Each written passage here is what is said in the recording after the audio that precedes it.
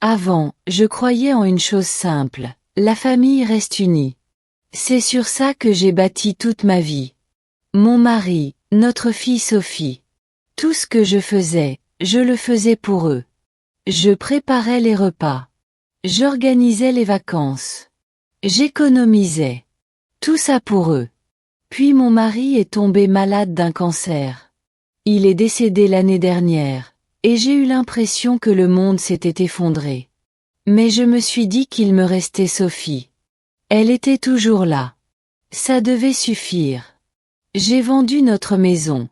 On l'avait construite de nos propres mains dans une petite ville appelée Riverside, juste à la sortie de la ville. Il y avait trop de souvenirs là-bas. Trop de fois je me réveillais en m'attendant à l'entendre dans la cuisine. Je ne pouvais pas rester. Sophie et son mari Marcus m'ont dit que je pouvais rester chez eux quelque temps. Enfin, c'est Sophie qui l'a dit. Marcus m'a à peine regardé quand je suis arrivée.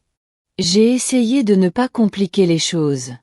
Je logeais dans une petite chambre au fond du jardin. Je cuisinais. Je faisais le ménage. Je proposais mon aide. Je voulais juste être utile et ne pas les déranger.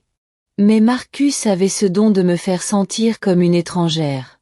Il levait les yeux au ciel quand je posais des questions. Il changeait de chaîne quand je regardais quelque chose. Une fois, je l'ai entendu marmonner, parasite, en passant près de moi. Je me suis persuadée que je ne l'avais pas entendu, mais j'étais sûre de l'avoir entendu. Sophie ne disait rien. Je la regardais, espérant qu'elle me défende, qu'elle dise quelque chose, n'importe quoi. Mais elle trouvait toujours des excuses. Il est stressé, disait-elle. Le travail est difficile. Alors je me taisais. C'est ce que font les mères, non? On encaisse et on se tait. Et puis, il y a eu cette soirée qui a tout changé. Nous étions à table. J'avais préparé une tourte au poulet que Marcus aimait bien d'habitude. Sophie était sur son téléphone. Marcus buvait une bière, comme toujours. Le silence était pesant. Soudain, Marcus a levé les yeux et a dit quelque chose qui m'a brisé. Il a dit: on devrait peut-être arrêter de faire comme si c'était passager. On n'est pas dans une œuvre de charité, là. J'ai eu froid. Sophie s'est figée. De quoi tu parles? Lui ai-je demandé. Je veux dire, ça va durer encore longtemps, a-t-il dit avec un sourire narquois. Tu ne travailles pas. Tu ne rapportes rien. On a des factures à payer. On n'a pas signé pour nourrir des gens en plus. Je n'arrivais plus à respirer. Mon cœur battait la chamade. J'ai regardé Sophie. J'avais besoin qu'elle dise quelque chose, n'importe quoi. Elle ne me regardait pas. C'est peut-être mieux ainsi, a-t-elle murmuré. Si tu trouves autre chose, tout le monde s'en portera mieux. Tout le monde. Je n'ai pas crié. Je n'ai pas protesté. Je me suis juste levée, je suis allée dans ma chambre et j'ai commencé à faire mes valises. Tout ce que je possédais tenait dans 2 valises. C'était toute ma vie maintenant. 2 valises. Je n'ai pas pleuré en faisant mes valises. Les larmes sont venues plus tard, assise sur le trottoir devant leur immeuble, le vent glacial transperçant mon manteau. Je n'avais nulle part où aller. Nulle part du tout. Sophie ne m'a même pas raccompagnée. Marcus n'a pas fait semblant de s'en soucier. Je suis restée assise là pendant 1 heure, sans rien faire. Mon téléphone était déchargé. Mon cœur était vide. Je me souviens avoir pensé, c'est ce que ça fait quand on vous jette comme un vieux chiffon. Ce soir-là, j'ai pris une chambre dans un motel miteux. Le genre d'endroit où le papier peint se décolle et où le distributeur automatique vous prend votre argent. J'ai passé la nuit à fixer le plafond, à me demander ce que j'avais fait de mal, à me demander comment ma propre fille avait pu me laisser partir comme ça. Le lendemain matin, j'ai envoyé un texto à Sophie. Je comprends. Je t'aime quoi qu'il arrive. Elle n'a pas répondu. J'ai réessayé la semaine suivante. Et la semaine d'après. Mais rien. Le silence radio. 3 mois se sont écoulés ainsi. Les jours se confondaient. J'ai cherché du travail, n'importe lequel. Mais personne ne veut embaucher une femme de mon âge qui n'a pas travaillé depuis des années. Personne. Un soir, je suis tombée sur de vieux souvenirs. Des photos de famille, de vieilles lettres. Des choses qui me donnaient le sentiment d'être proche de quelqu'un, n'importe qui. Et j'ai retrouvé quelque chose que j'avais oublié. Le vieux journal de ma mère. Il était là depuis des années. Je ne l'avais jamais vraiment lu. Mais ce soir-là, quelque chose m'a poussé à l'ouvrir. Assise au bord du lit de ce motel, j'ai commencé à lire. Et là, je l'ai trouvé. Quelques phrases qui ont bouleversé ma vie. Mes mains se sont mises à trembler. Mon cœur s'est emballé. Parce que soudain, je n'étais plus seulement la mère qu'on avait mise à la porte. J'étais devenue quelqu'un de complètement différent. Et pour la première fois depuis des mois, j'ai souri. Ils m'ont tout pris. Mais ils n'imaginaient pas ce qui m'attendait. Après cette nuit-là, les jours se ressemblaient tous. La chambre du motel sentait la vieille fumée et la tristesse. Devant ma porte, un distributeur automatique bourdonnait toute la nuit. C'est devenu le son de ma défaite. Je ne pleurais pas tous les soirs, mais quand je pleurais, c'était en silence. Un silence tel que tout votre corps tremble sans que personne ne vous entende. Le 4e jour, j'ai de nouveau envoyé un SMS à Sophie. Un simple message. Je vais bien. Et toi? Aucune réponse. 2 semaines plus tard, j'ai retenté ma chance. Juste un emoji cœur. Toujours rien. Je me disais qu'elle était occupée. Je me disais qu'elle finirait par changer d'avis. Je me disais que Marcus la contrôlait. Mais au fond de moi, je savais que l'espoir ça me nuisait. Mon argent s'épuisait rapidement. J'ai cherché du travail partout. Dans des magasins. À l'accueil. Dans un restaurant routier. Mais personne ne voulait de moi. J'étais soit trop vieille, soit tout simplement inadaptée au poste. Un soir, assise par terre dans ma chambre, je fouillais dans une vieille boîte que j'avais apportée. Il y avait des photos, de vieux papiers, et tout au fond, le journal intime de ma mère. Je ne me souviens même pas de l'avoir emballé. Je l'ai ouvert et j'ai commencé à lire. Au début, c'était des choses banales. La météo, l'église, ses courses. Puis je suis tombée sur une entrée de juin. Et là, tout s'est arrêté. Il était écrit. Il est passé aujourd'hui. Il m'a dit qu'il aurait aimé que les choses soient différentes.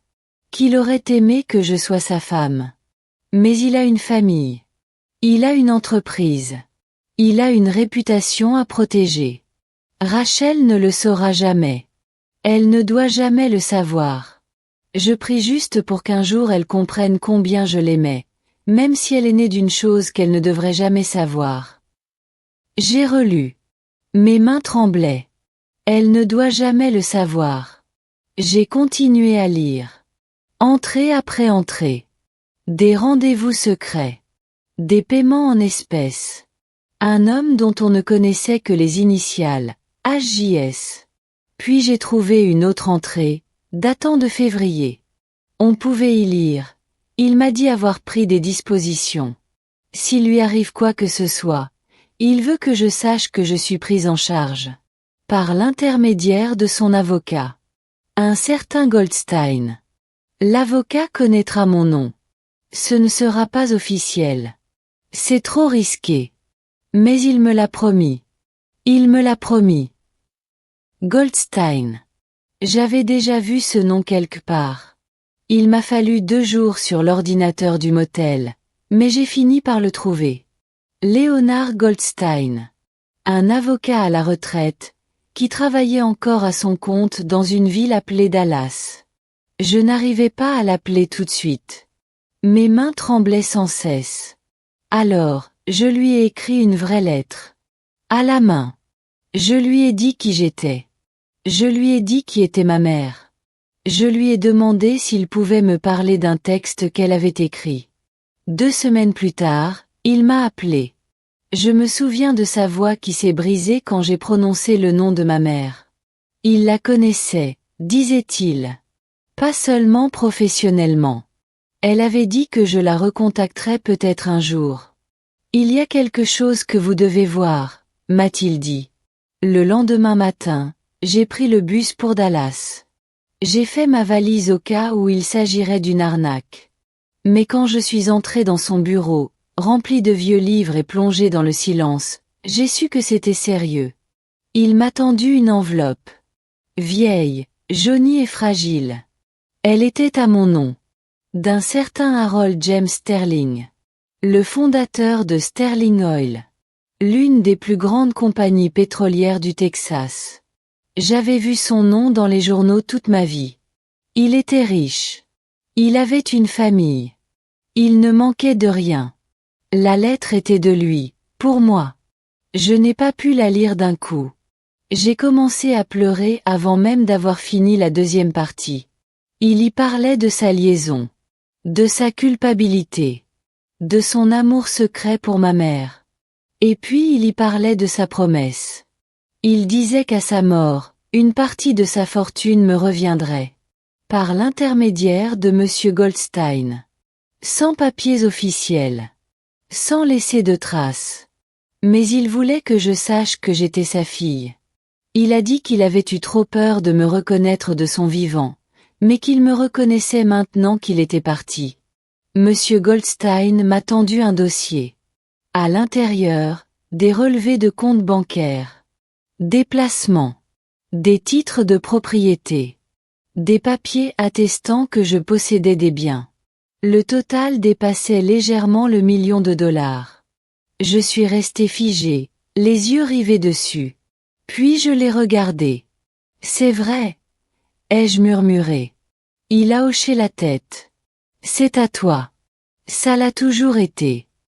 Mon cœur ne battait pas la chamade à cause de l'argent. Il battait parce que, pour la première fois de ma vie, je me sentais choisie. Je me sentais importante. Je me sentais vue. Je n'ai ni crié, ni pleuré, ni fêté ça. Je suis restée assise là, silencieuse, laissant tout cela m'imprégner comme l'eau qui finit par atteindre la terre ferme. Cette nuit-là, de retour au motel, je n'ai pas fermé l'œil. J'ai fixé le plafond comme je le faisais depuis des mois. Mais cette fois, je souriais. Un simple sourire. Mais il était là. Il pensait s'être débarrassé de moi. Il pensait que c'était fini pour moi. Mais ils étaient loin de se douter de ce qui allait se produire. Je ne suis pas rentrée tout de suite à l'appartement. Quelque chose avait changé en moi. Je n'étais plus seulement Rachel, la mère oubliée. J'étais différente. Quelqu'un à qui on avait menti toute sa vie et qui venait de découvrir la vérité. Pour la première fois depuis des mois, peut-être des années, je n'étais plus rongée par la honte.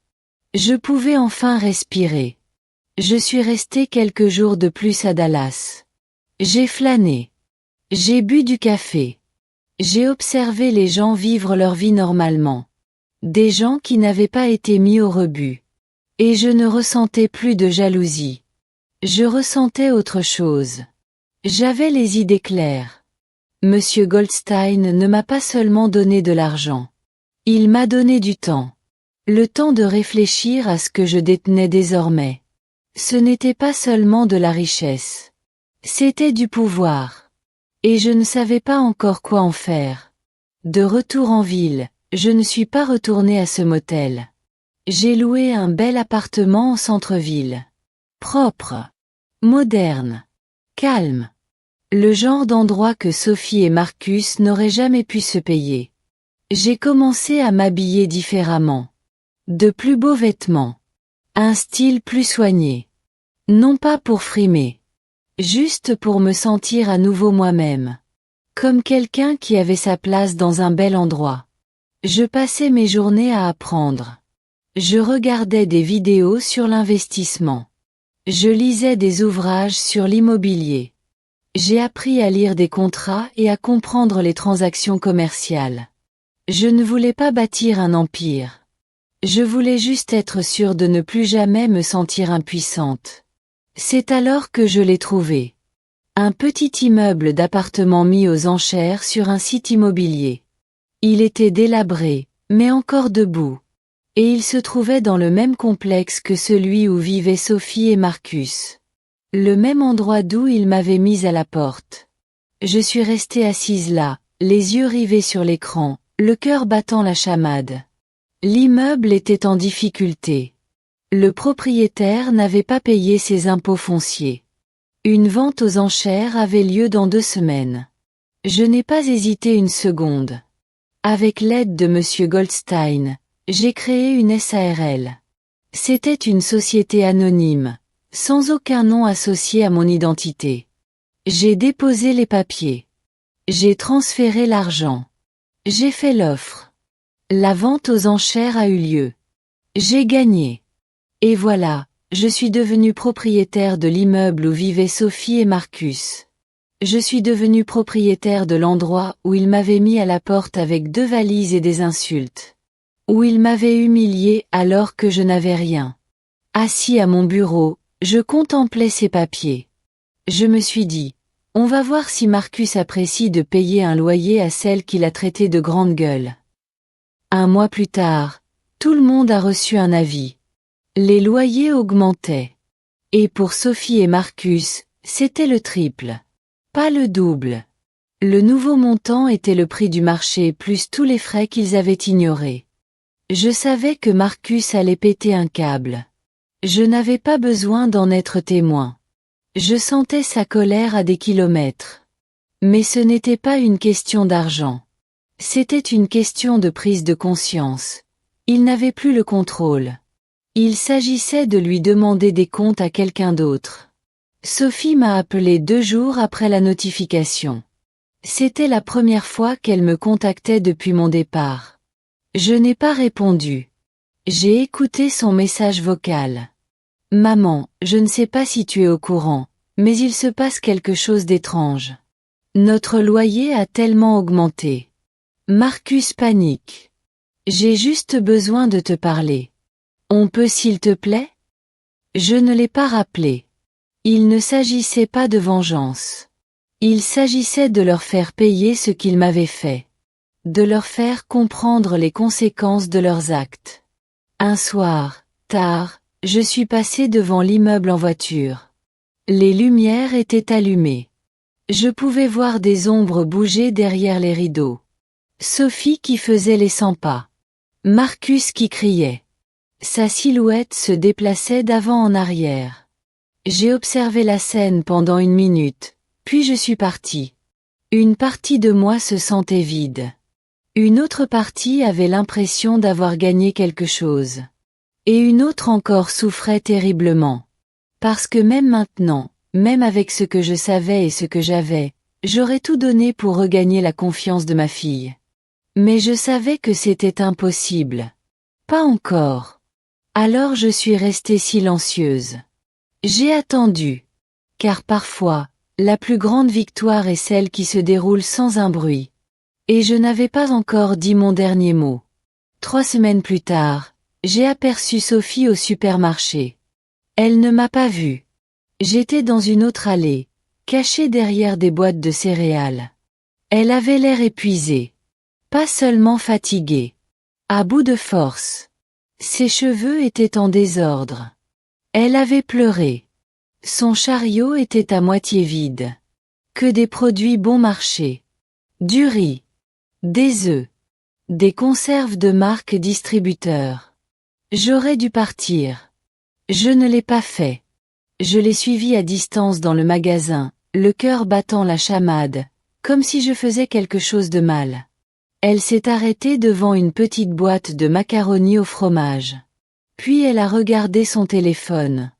Sans doute un message de Marcus. Ses épaules se sont affaissées. Elle a reposé la boîte. À cet instant, quelque chose s'est brisé en moi. Non pas par pitié, mais parce que je me souvenais de la petite fille qu'elle était. Celle qui accourait vers moi quand elle avait mal. Celle qui me faisait vérifier sous le lit tous les soirs. Maintenant, elle vivait avec un vrai monstre. Je suis rentrée et me suis assise sur le canapé pendant des heures. Je n'ai pas bougé. Je n'ai pas pleuré.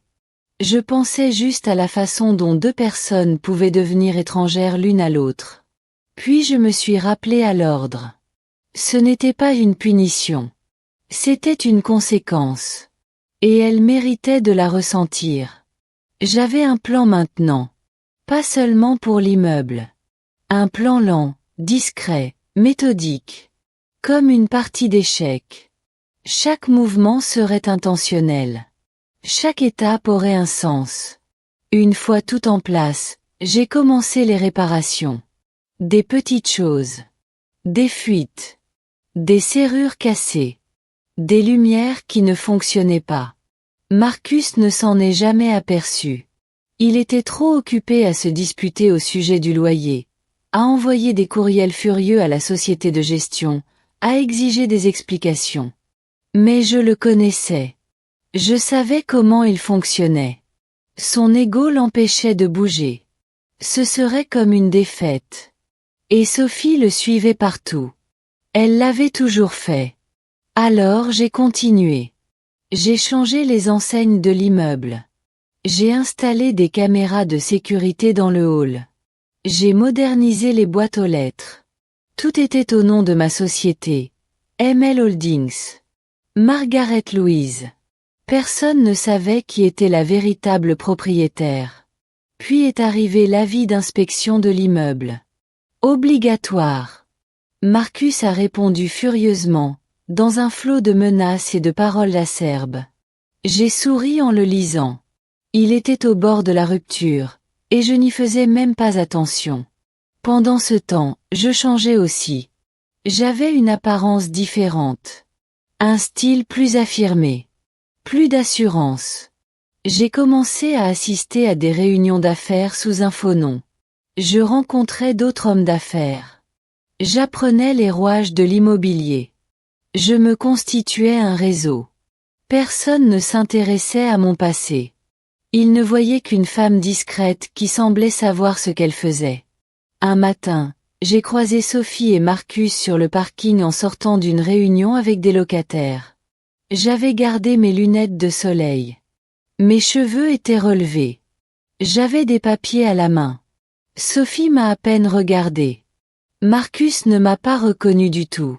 Plus tard dans la soirée, j'étais assise dans mon appartement, en train de boire du thé. J'ai repensé à cette sensation étrange de passer devant ma propre fille sans la voir, comme si elle m'était invisible. Non pas par faiblesse, mais parce que j'étais plus forte qu'ils ne s'en souvenaient.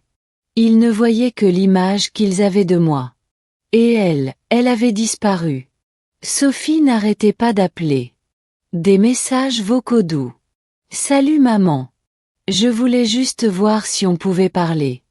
Je sais que les choses se sont compliquées. Je ne l'ai pas rappelée. Je voulais la laisser ressentir le vide qu'elle avait créé. Chaque fois que j'étais sur le point de céder, j'ouvrais le journal de ma mère et je relisais ces mots. Margaret ne le saura jamais. Elle ne doit jamais le savoir. Mais moi, je le savais. Et maintenant, j'étais protégée, inébranlable. Je n'étais plus la femme qui suppliait de rester chez eux. J'étais celle qui était chez elle.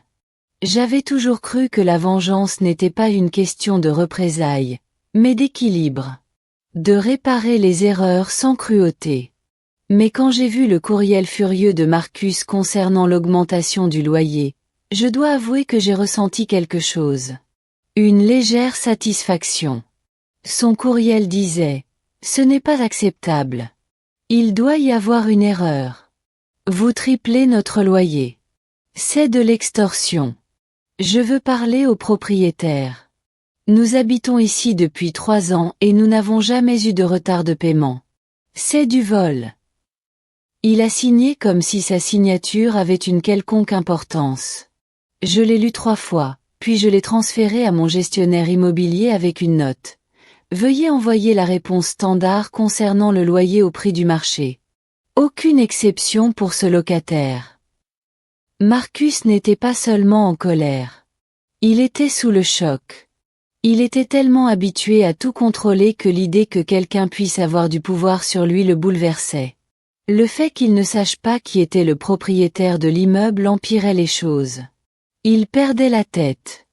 Sophie m'a appelé le soir même. Le message vocal était différent cette fois. Plus sincère. Maman, je sais que tu ne réponds pas, mais il faut vraiment que je te parle. La situation est grave. Marcus est incontrôlable. Il s'en prend à tout le monde. On essaie de trouver une solution. Tu me manques tellement. Sa voix s'est brisée à la fin. Un instant, j'ai failli la rappeler. J'ai failli lui dire que tout irait bien et que je réparais tout. Mais je ne l'ai pas fait. Parce que rien n'allait. Et je ne pouvais plus continuer à réparer les dégâts qu'elle avait contribué à causer. Sophie l'avait laissé me mettre à la porte comme si j'étais une simple facture impayée. Maintenant que la pression était sur elle, elle se souvenait de mon numéro. Non. Laissons-la affronter le silence. Laissons-la comprendre ce que ça faisait. La semaine suivante, j'ai approuvé de nouveaux travaux d'amélioration de l'immeuble. Nouvelle peinture. Meilleur éclairage. Aménagement paysager. L'augmentation de loyer de Marcus n'était pas une simple punition. C'était le financement d'amélioration qui profitait à tous. C'est ce qui rendait la situation parfaite. Tout le monde en profitait, sauf lui. Et il n'en comprenait toujours pas la raison. Il a commencé à laisser des mots rageurs au bureau. La pression de l'eau est mauvaise. Les poubelles ne sont pas ramassées. Si c'est pour ça qu'on paie, c'est une blague. Chaque mot était classé. Aucune réponse. Sophie a cessé de laisser des messages vocaux. Elle a commencé à envoyer des SMS. Messages brefs. Salut, on peut parler? J'ai vraiment besoin de toi. S'il te plaît. Puis le silence. Pendant ce temps, mes relevés bancaires affichaient des revenus stables. ML Holdings se portait bien. Les autres locataires payaient à temps. C'étaient des gens bien. Seul Marcus faisait des histoires. Et Sophie se retrouvait prise au milieu de sa tempête. J'ai ensuite reçu un rapport d'inspection de l'immeuble. Des photos étaient jointes. Des photos de leur appartement. La salle de bain était pleine de moisissures. Le carrelage de la cuisine était cassé. Le courrier s'entassait par terre. Ils étaient en difficulté. Vraiment en difficulté. J'aurais dû les plaindre. J'ai ressenti autre chose. J'ai eu une révélation. Ce n'était plus seulement une question de loyer. C'était une question de pouvoir. Et Marcus était en train de perdre le sien. J'ai appris par le concierge que Marcus avait augmenté ses heures de travail. Un après-midi, une autre locataire a vu Sophie pleurer sur le perron. Il s'effondrait de l'intérieur. Et je n'avais rien à dire, rien à faire. Le silence était assourdissant. Pendant si longtemps, j'avais supplié qu'on m'écoute. J'avais supplié Sophie de voir qui était vraiment Marcus. Je l'avais supplié de voir ce qu'elle devenait. Maintenant, ils étouffaient sous leur silence, et je les observais d'en haut. Mon nouvel appartement donnait sur leur cour. Un autre immeuble. Un étage plus élevé. Un quartier plus huppé. Un endroit qu'ils ne pourraient jamais se payer. Je ne les surveillais pas constamment. Juste assez pour me rappeler que je n'étais pas folle. Que la trahison était bien réelle. Qu'ils avaient mérité leur sort. Certains soirs, je me retrouvais encore assise près de la fenêtre, mon téléphone à la main, à relire le dernier message de Sophie. J'ai vraiment besoin de toi. La femme que j'étais, la mère en moi, voulait la contacter. Mais la femme que j'étais devenue savait que ce n'était que le début. Je croyais que le chagrin d'amour ne s'exprimait que par les cris, les portes qui claquent et les disputes bruyantes. Mais le vrai chagrin est silencieux. Il naît d'un message vocal auquel on ne rappelle pas. D'un SMS qu'on ne lit pas. Du silence entre vous et celle qui vous appelait maman. Les appels de Sophie ont cessé. Les SMS se sont raréfiés. Mais de son côté, les dégâts continuaient de s'aggraver. Par le personnel de l'immeuble, j'ai appris que leur appartement était devenu un champ de bataille. Marcus hurlait sur tout le monde. Il refusait les demandes d'intervention. Il exigeait des inspections inutiles. Il cherchait un coupable. Sophie avait l'air de ne pas avoir dormi depuis des jours. Le personnel disait que ses lumières s'éteignaient tôt. Parfois, il n'y avait pas de chauffage certaines nuits. Leurs problèmes ne se limitaient plus à leur relation. Ils étaient en train de mettre leur survie en péril. Mais je gardais mes distances. Parce qu'il ne s'agissait pas de les faire souffrir. Il s'agissait de quelque chose de plus profond. De voir ma fille se résigner à vivre dans une cage et faire semblant d'aimer. Un après-midi, le gestionnaire de l'immeuble m'a envoyé un rapport concernant une plainte pour tapage nocturne. Des voisins les avaient entendus se disputer. Des cris. Des mots comme « je perds le contrôle » et « c'est de ta faute ». Marcus était sorti en trombe et n'était revenu que le lendemain matin. Sophie était restée toute la nuit dans l'appartement plongé dans le noir. Lumières éteintes. Rideaux tirés. J'attendais. Pas Marcus. Sophie. Il fallut encore 2 jours. De longues et pénibles journées. Puis, un soir, au coucher du soleil, l'interphone de mon appartement sonna. Bonjour, c'est Sophie Harmon. Je me demandais si Rachel, enfin, ma mère, habite ici. Mon cœur s'arrêta. Je ne répondis pas tout de suite. Je restai figé, les yeux rivés sur l'écran. Puis, lentement, j'appuyai sur l'interphone pour lui ouvrir. 10 minutes plus tard, on frappa doucement à ma porte. Quand j'ouvris, elle était là, trempée par la pluie. Un sac de course dans les bras, comme si c'était la seule chose qui la retenait debout. Ses yeux étaient rouges. Son maquillage avait coulé. Ses vêtements étaient froissés. Elle était méconnaissable. Nous nous sommes longuement fixés du regard. Aucune de nous n'a dit un mot. Finalement, elle a expiré. « Salut, maman », a-t-elle dit. Je me suis écarté. Elle est entrée lentement, comme si elle n'était pas sûre d'avoir le droit d'être là. J'ai préparé du thé sans rien dire. J'ai fait 2 tasses de camomille. Je lui en ai tendu une et me suis assise en face d'elle. Je ne sais pas par où commencer, a-t-elle dit, presque à voix basse. Je n'ai rien dit. Marcus n'est pas facile. Il est toujours en colère. Il s'en prend au loyer. Il m'en veut. Il a même accusé le chien du voisin. Elle a marqué une pause. Quand on t'a dit de partir, je me suis dit que je voulais la paix. Je ne voulais plus de disputes. Marcus a dit que tu ne partirais jamais si on ne te forçait pas. Et je me déteste de l'avoir cru. J'ai pris une gorgée de mon thé et je suis restée silencieuse. Tu me manques, a-t-elle dit. Mais je ne sais plus comment être avec toi. Je serrai ma tasse contre moi. Tu es parti, poursuivit-elle, la voix brisée. Et je t'ai laissé faire. Je l'ai laissé te mettre à la porte. Finalement, je pris la parole. Non, Sophie. Tu ne l'as pas laissé faire. Tu es restée avec lui. Ces mots la figèrent net. Elle cligna des yeux. Sa bouche s'ouvrit comme si elle voulait protester, mais elle n'avait plus rien à défendre. Je me levai et allai à la fenêtre.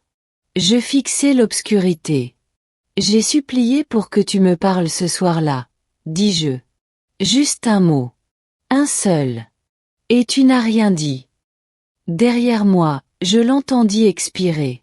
Un souffle brisé, faible. Je ne pensais pas que ça irait aussi loin, dit-elle. Je pensais pouvoir le gérer. Tu ne peux pas gérer un homme comme ça, dis-je doucement. Soit tu lui survis, soit tu le quittes. Elle ne répondit pas. Elle n'en avait pas besoin. Nous sommes restés longtemps assises en silence. 2 femmes liées par le sang, mais sans confiance. Pas encore. Peut-être jamais. Quand elle s'est enfin levée pour partir, elle a posé sa tasse avec précaution. Ses yeux étaient remplis de larmes. Je n'attends pas de pardon, a-t-elle dit. Je voulais juste me souvenir de ce que c'était que de se sentir en sécurité. Je l'ai raccompagnée jusqu'à la porte. Elle s'est arrêtée, puis m'a soudainement enlacée. Je n'ai pas tout de suite répondu à son étreinte. Puis je l'ai fait, mais avec précaution. Comme si j'essayais de retenir un souvenir sans le laisser s'échapper. Quand elle s'est écartée, elle n'a pas dit au revoir. Elle m'a juste regardé une dernière fois et est partie. Alors que la porte se refermait, j'ai senti quelque chose changer en moi. Pas du pardon. Pas encore. Mais quelque chose qui pourrait le devenir, si elle le permettait. J'ai envoyé une annonce un mardi matin. Discrètement. Professionnellement. Rien d'extraordinaire. Une réunion d'information sur les rénovations était prévue la semaine suivante dans la salle commune. Obligatoire. Chacun pouvait poser des questions. Je savais que Marcus viendrait. Je savais qu'il ne pourrait pas résister. Il voulait un nom. Il voulait un visage. Il voulait un coupable. J'étais loin de me douter qu'il allait obtenir les trois. Le jour de la réunion, je me suis habillée avec soin. Un blazer gris. Un jean foncé. Simple. Élégante. Méconnaissable. Mes cheveux ondulaient doucement autour de mes épaules. Je ne ressemblais en rien à la femme qui, assise à leur table, implorait le respect. La salle se remplit lentement. Les locataires entrèrent. Certains curieux, d'autres agacés. La plupart s'en fichaient. Puis Marcus entra. Il avait une démarche arrogante, comme s'il s'attendait à une bagarre. Sophie le suivait de près, telle une ombre. Il ne regarda pas autour de lui. Il ne me vit pas. Il se dirigea droit vers le gestionnaire. « Où est-elle » demanda-t-il. « Je veux parler à la personne qui gère cet endroit. » Le gestionnaire resta calme. « Toutes vos questions trouveront réponse pendant la présentation. » Marcus ricana. Sophie baissa les yeux sur ses chaussures. Je m'assis au fond. Silencieuse. Invisible, d'une manière nouvelle. La présentation commença. Rien d'excitant. Des annonces. Des améliorations. Un calendrier. Un nouveau système de sécurité. Un meilleur aménagement paysager. Une meilleure isolation. Des choses pratiques. Des décisions judicieuses. Le tout financé en partie par le loyer pour lequel Marcus s'était embattu. Puis le gestionnaire marqua une pause. Nous tenons à remercier ML Holdings pour son engagement à améliorer cet immeuble. La propriétaire est présente aujourd'hui. Si vous avez des questions, n'hésitez pas à la contacter. Je me suis levée lentement. Tous les regards se sont tournés vers moi. Je me suis avancée. Calme. D'un pas assuré. Mon cœur battait la chamade, mais je n'en ai rien laissé paraître. Bonsoir, ai-je dit. Je m'appelle Rachel. Je suis la propriétaire de cet immeuble. Un silence complet s'est abattu sur la pièce. Marcus a bondi si fort que sa chaise a raclé le sol. Toi? C'est une blague? C'est quoi ce jeu? Je l'ai regardé droit dans les yeux. Vraiment. Et j'ai vu ce qu'il cachait. La sueur perlait sur sa nuque. Ses cernes. La panique. Ce n'est pas un jeu, ai-je dit doucement. Juste des affaires. Il a fait un pas en avant. Tu as tout manigancé. Tu es derrière tout ça. Tu as augmenté notre loyer. Tu essaies de nous ruiner. Je suis resté impassible. Je vous ai donné un toit. J'ai fait des améliorations. J'ai traité chaque locataire équitablement. Ce que je n'ai pas fait, c'est oublier. Ce que je n'ai pas fait, c'est pardonner. Il ouvrit la bouche, mais je me retournai vers le groupe. Si quelqu'un a des questions sur les changements ou les améliorations, je me ferai un plaisir d'y répondre après la réunion. Merci. Je m'écartai. La réunion reprit. Mais personne n'avait oublié ce qui venait de se passer. Marcus ne s'assit pas. Il resta là, tremblant, furieux. À la fin de la réunion, les locataires vinrent me serrer la main, me poser des questions, me remercier. Certains dirent qu'ils s'en doutaient. La plupart n'en avaient aucune idée. Marcus attendit que la salle soit vide. Puis il s'avança vers moi d'un pas décidé. « Tu crois avoir gagné ?» siffla-t-il. « Mais ce n'est rien. Tu t'es fait un ennemi. » Je le fixai, les yeux à sa hauteur. « Non, Marcus. Je n'y suis pour rien. C'est toi. Le jour où tu m'as regardé droit dans les yeux et que tu m'as traité comme si je ne comptais pour rien. » Sophie s'est interposée entre nous. « Marcus, arrête. » Il s'est tourné vers elle, abasourdi. « Quoi ? » J'ai dit arrête, a-t-elle répété plus fort. Ce n'est pas elle ton ennemi. C'est toi. Il l'a regardée comme si elle l'avait frappé. D'une certaine manière, c'était le cas. Sophie s'est tournée vers moi, la voix tremblante. Je ne savais pas. Je te jure. Pour l'immeuble, l'argent, rien de tout ça. J'ai hoché la tête. Je sais. Pourquoi tu ne me l'as pas dit ? A-t-elle demandé. Parce que tu avais besoin de le voir, pas seulement de l'entendre. Elle a retenu ses larmes. Marcus a ricané et a reculé. Vous êtes faits l'un pour l'autre. Non, ai-je murmuré. Elle mérite mieux. Puis je me suis retournée et je suis partie. Et pour la première fois depuis cette horrible nuit dans leur cuisine, j'ai senti quelque chose changer en moi. Pas de vengeance.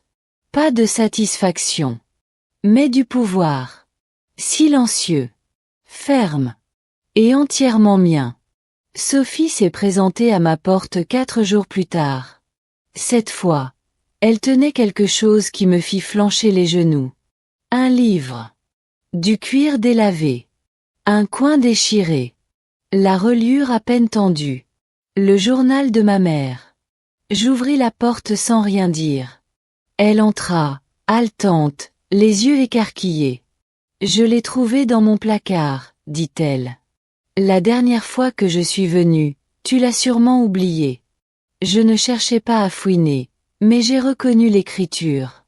Je cherchais juste quelque chose qui ait du sens. Elle déposa le journal sur la table basse comme s'il était sacré.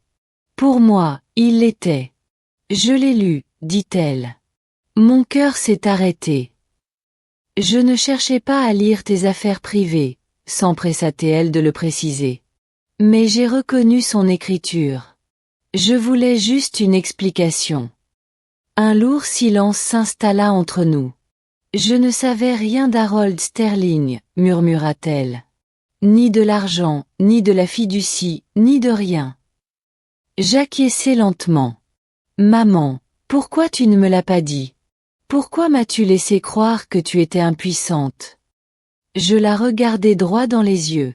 Pour une fois, elle ne détourna pas le regard. Parce que j'étais impuissante, dis-je. La nuit où tu m'as claqué la porte au nez, je n'avais aucun plan. Je n'avais pas d'argent. Je n'avais même pas d'endroit où pleurer sans qu'on me dise de me taire. Sophie grimaça. J'ai trouvé ce journal au plus bas, poursuivis-je. Quand je comptais mes pièces pour pouvoir manger. Quand je n'avais parlé à personne depuis une semaine. Ce journal ne m'a pas seulement révélé qui j'étais. Il m'a rappelé que j'avais de l'importance. Que ma mère m'aimait, même en silence. Même de loin. Sophie s'assit, les mains crispées sur ses genoux. Je ne sais pas comment je suis devenue ce genre de fille. Je me le demande sans cesse. Je me dirigeai vers la fenêtre et contemplai la rue en contrebas. Tu n'es pas devenue comme ça d'un coup, dis-je. C'était une succession de petits choix. Laisser les choses passer. Choisir le silence plutôt que la vérité. Croire que l'amour signifiait la loyauté, même quand ça faisait mal. Elle se leva et s'approcha de moi. Je l'ai quitté, dit-elle. Ces mots résonnèrent comme une explosion. Il a encore essayé de fouiller dans mes affaires. Mon ordinateur portable. Mon sac. J'ai dit non. Ça a suffi. Il a hurlé. Il a fait sa valise et il est parti. Il a dit qu'il reviendrait. Je me tournai vers elle, sous le choc. J'ai changé les serrures le lendemain, dit-elle. Je ne sais pas qui je suis sans lui, admit-elle, la voix tremblante. Mais je préfère le découvrir plutôt que de continuer à disparaître. Un silence pesant s'installa entre nous. Tout ce que nous n'avions pas dit était gravé dans ce silence. Puis elle baissa les yeux sur son journal. Tu ne méritais pas ce que je t'ai fait. Ce que nous nous sommes fait. Je ne peux pas réparer ça. Mais je veux essayer. Je retournai lentement vers elle et m'assis à côté d'elle. Avant, je rêvais d'entendre ces mots, dis-je. Mais maintenant que tu les prononces, ils ne réparent pas le passé. Ils le réécrivent. Elle semblait perdue. Tu me vois maintenant, expliquai-je doucement. Ça change tout. Nous sommes restés assis ensemble un long moment. Dans ce silence apaisant, ce silence qui guérit. Avant de partir ce soir-là, Sophie s'arrêta sur le seuil. Tu ne m'as pas élevée pour être faible, dit-elle. J'avais juste oublié à quel point tu étais forte. Je lui souris doucement. Non, dis-je. Tu n'as pas oublié. Tu as juste cessé de me regarder. Et maintenant, elle voyait tout. Pas seulement ce que j'étais devenue, mais aussi ce que j'avais toujours été. Quand j'ai reçu le courriel de Marcus, j'ai failli ne pas l'ouvrir. L'objet m'a retourné l'estomac. Il faut qu'on parle maintenant. Je l'ai lu lentement. Ces mots étaient tranchants, frénétiques, désespérés. Je sais pour l'immeuble, pour l'héritage, pour ton secret avec Sterling. Tu te crois malin? Tu crois pouvoir ruiner ma vie et t'en tirer comme ça? Écoute-moi bien. Si tu ne répares pas tout ça, je vais tout révéler à la presse. Ton nom, la liaison de ta mère, tout.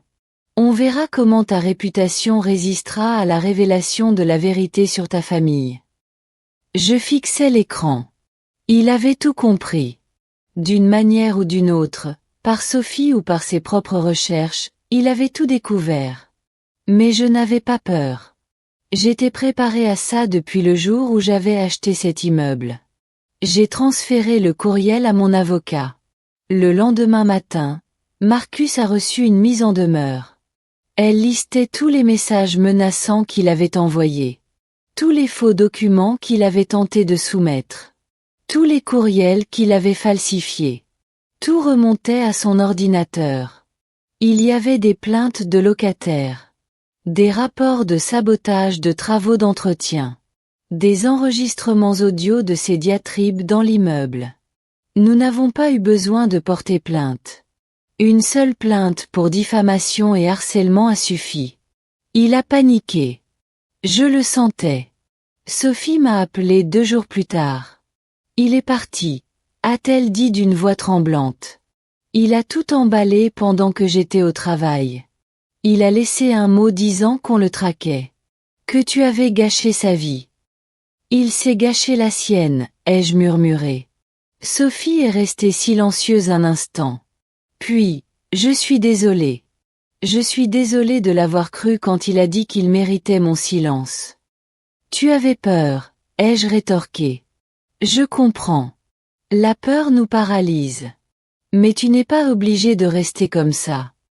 Marcus n'a pas tardé à réagir.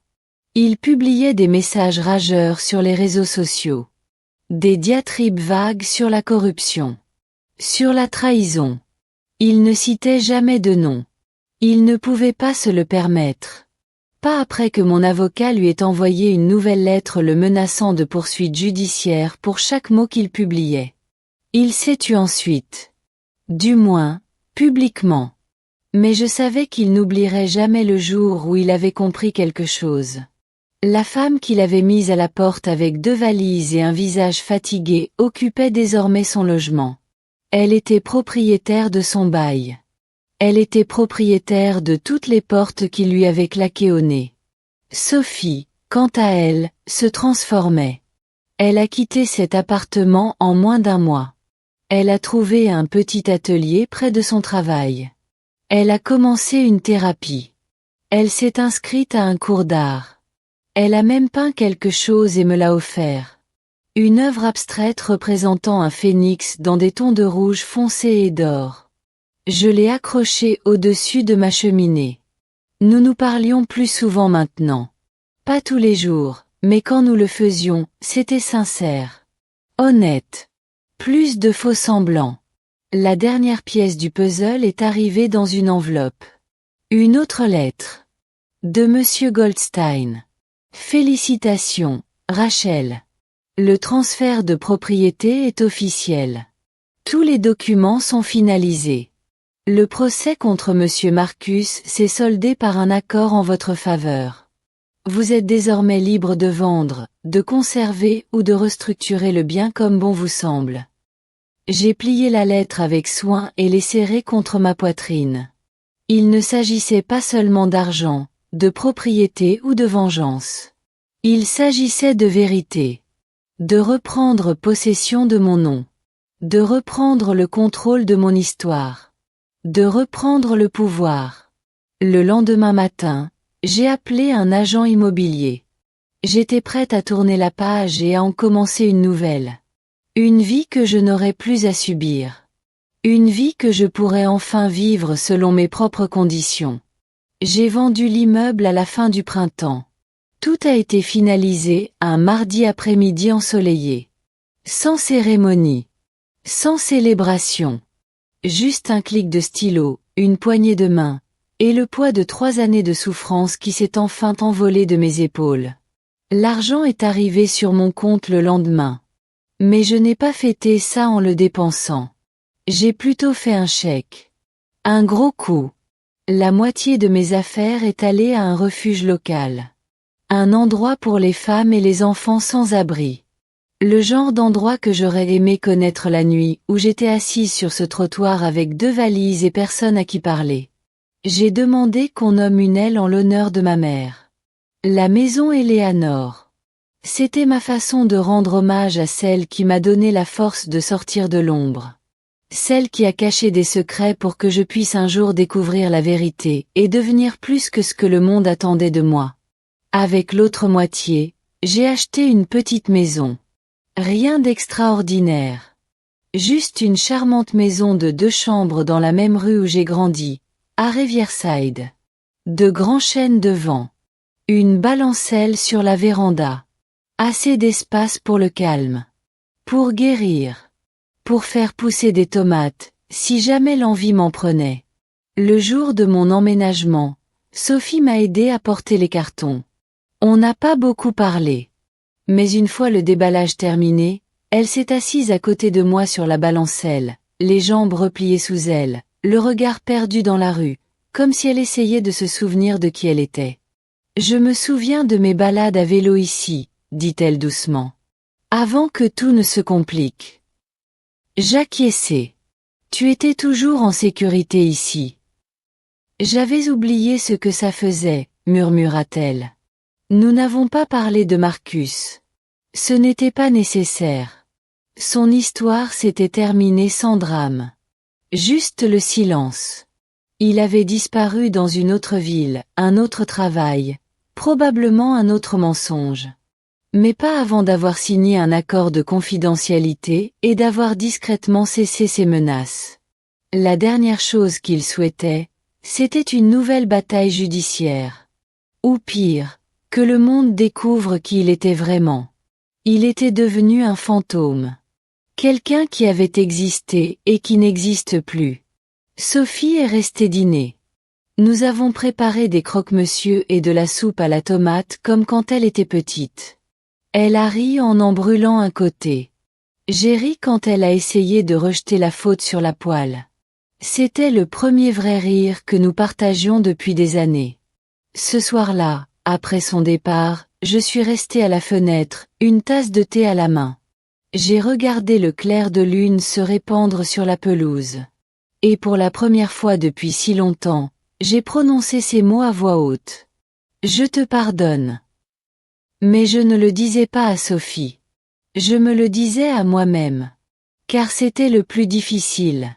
Non pas renaître de mes cendres, mais comprendre que je n'avais jamais été le feu qu'ils ont tenté d'éteindre. J'étais l'étincelle qu'ils ont sous-estimée. Ils m'ont appris que le silence était une faiblesse. Mais j'ai appris à en faire une force. Ils ont essayé de m'effacer. Et je suis devenue quelqu'un qu'ils ne pourraient jamais oublier. Je me suis assise sur le canapé et j'ai ouvert mon journal une dernière fois. J'y ai glissé un mot pour Sophie, à découvrir un jour. Il disait: Tu n'as pas besoin de leur amour pour te sentir digne. Tu n'as pas besoin de leur approbation pour être forte. Tu as seulement besoin de la vérité. Et tu ne dois jamais oublier qui tu es vraiment. Le tic-tac de l'horloge était léger. Mon thé a refroidi entre mes mains. Mais mon cœur, enfin, était chaud. Je n'avais pas besoin de crier. Je n'avais pas besoin de gagner. J'avais juste besoin d'être moi-même. Et maintenant, enfin, j'étais chez moi. Merci beaucoup de m'avoir écouté. N'oubliez pas de vous abonner pour découvrir d'autres histoires comme celle-ci. Et n'hésitez pas à partager la vôtre dans les commentaires. Votre voix compte. Votre vérité compte. Et parfois, le plus puissant, c'est de la dire enfin.